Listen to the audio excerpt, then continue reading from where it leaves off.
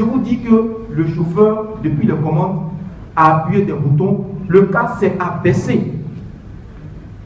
C'est abaissé à terre. Et le cas qui était au coin s'est abaissé pour m'aider à monter facilement. Vraiment, j'ai été régaillardi. Je me suis senti inclus dans cette société.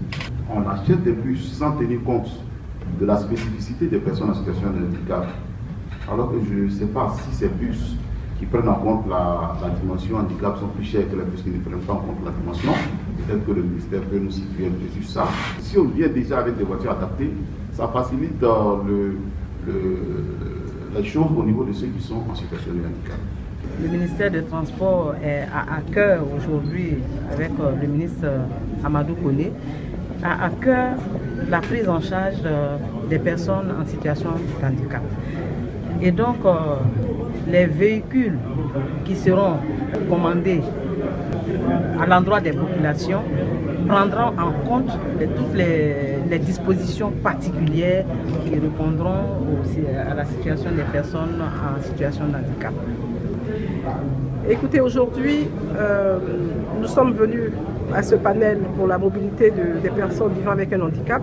Nous voulons les rassurer qu'en tant que transporteurs, nous sommes en phase avec eux parce qu'aujourd'hui, on a besoin qu'ils soient inclus dans la société. Il ne faut pas les exclure parce qu'il n'y a pas de mobilité pour pouvoir les transporter, pour qu'ils puissent se développer, pour qu'ils puissent se déplacer, parce que tout se fait par le transport, la santé, la marchandise, le travail. Tout ce déplacement se fait par le volet de transport. Et nous, aujourd'hui, en tant que transporteurs, nous envisageons de plus en plus à savoir comment il faut améliorer justement la mobilité facile des personnes vivant avec un handicap assez particulier.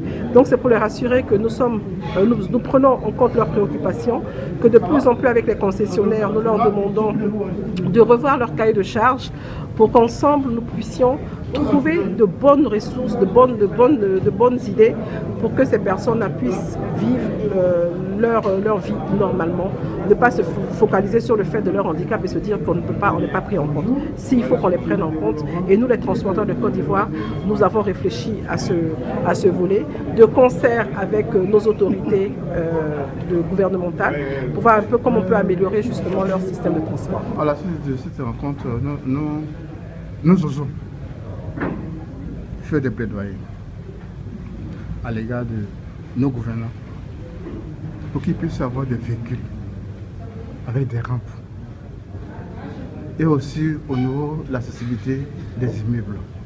Parce que toujours c'est le transport. Si on ne peut pas avoir un immeuble, on ne peut pas aller travailler, on ne peut pas faire des courses comme il faut, et tout ça qui est transport.